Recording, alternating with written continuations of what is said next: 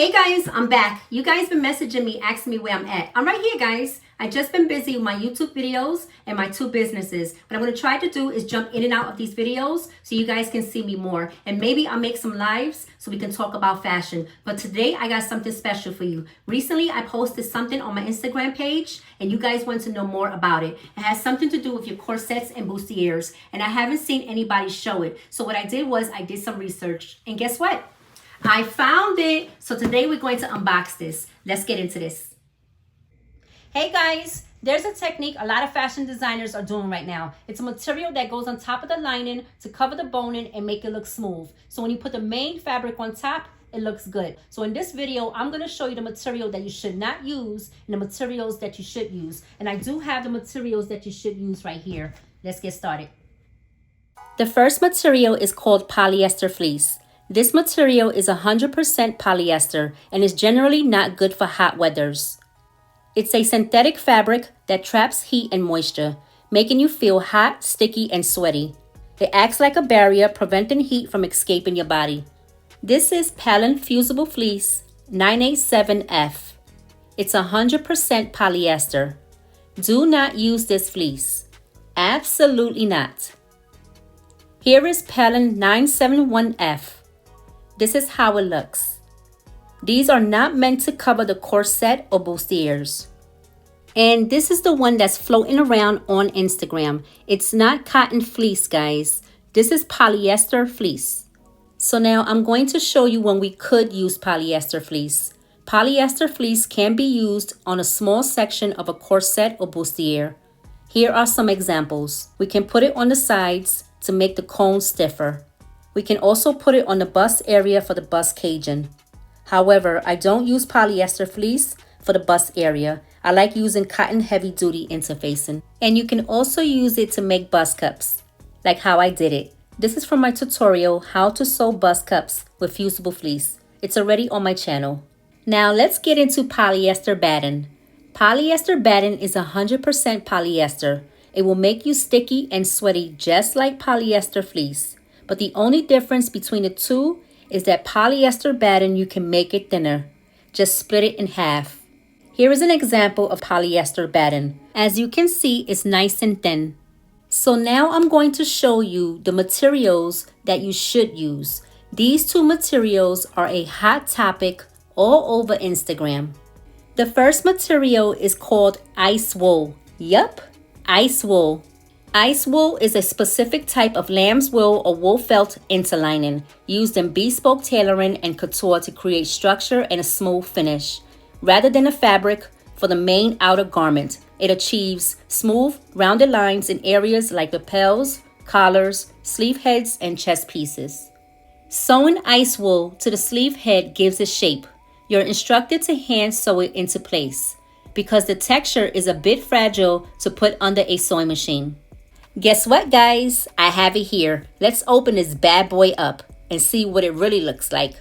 First, I want to thank this company for giving me an extra half-inch yard for free. Thank you so much. I appreciate it. This is nice. It feels so soft. You see the hairs? I'm going to pull it out so you can see it better. You see that? This is what it looks like. As you can see, it's very soft. You see, it rips easy. That's because I pulled the hairs. It's very delicate. It has triangles on the other side. And it also stretches one way. So there's a question that everybody's asking on Instagram. Is it for corsets or bustiers? Well, let's find out right now. I'm going to put it on my dress form. Lay the side with the triangles on the dress form. It feels nice and smooth. This side is the hair side. Now let's steam the hairs down like this.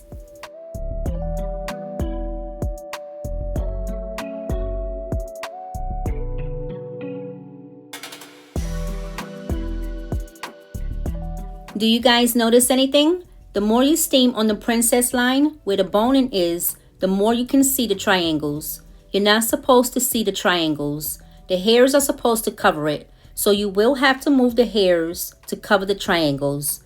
So when you put the main fabric on top, it doesn't show through the main fabric. I would interface the main fabric though, especially if I'm using satin fabric for corsets. It all depends on what garments you are making. But do not use fusible bonding web behind the ice wool and iron it. It will destroy the ice wool and the triangles will show right through it. Absolutely not. So here is the answer to this question. Is ice wool for corsets? Well, that's up to how you want your corsets to look. Ice wool is not a stiff material, so it will give your garment a soft look because of the ice wool's texture. This material is more for couture designs, bodices, jackets, and other designs. However, nothing beats ice wool when it comes to elegance. But if you are looking for a structured corset, then the next material is going to blow your mind. It's called Domette. This material is used on jackets and other designs, such as corsets and bustiers. So I have two types of Domette here. Before I start, please give this video a like and share it so it can help other creators like yourself. These materials are from Bias Bespoke. Let's start with this one. This one is called Colombina Domette. It's made in Italy. Let's check it out. Guys, this is the fabric that you should be using to cover your corsets and bustiers. It looks like fleece, but it's not. Look how soft this is. And it's super thin. This is a non-woven fabric. It's 55% polyester, 30% viscose, and 15% wool. The GSM is 85 and it's 59 inches wide. Does it stretch? Yes, it does. It stretches one way and it feels good on the skin. Let me show you what it looks like on the dress form. Make sure the stretch side goes across. Then put it on top of the lining like this. Look how smooth this is. I love using this material. It makes my corsets look very structured. The best thing about this is that it's breathable. Also, you don't have to put fusible bonding web in between the material and lining. You could if you want, but you don't have to. Next is the second package. This one is the FO-CFT Soft Domette Felt. This one is the cheapest one. It's 70% polyester and 30% wool, and it's 39 inches wide. This one is nice too. To be honest with you, I love using both of them. As you can see, it's soft, just like Colombina. It also stretches one way. I'm going to put them side by side so you can see the difference. Now look at the textures. Colombina is a little bit softer and smooth. Maybe that's why it costs a little bit more. And the other one is a little bit rougher. Also, the colors are different. Colombina is white and the FOCFT is off-white. So to be honest, I don't know which one is better. I love both of them. If you ask me which one you should buy, I would say get both of them. Bias Bespoke sells 3 types of Domette, but I didn't get the third one because it's 100% polyester and that is not breathable. I don't use that one.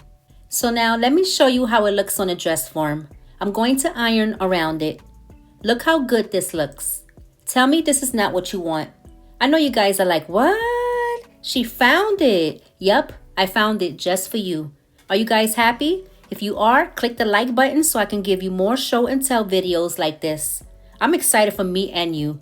Your corsets are going to look fabulous. Thank you for watching. Now go order yours before it sells out. The links are in the description below. Bye guys.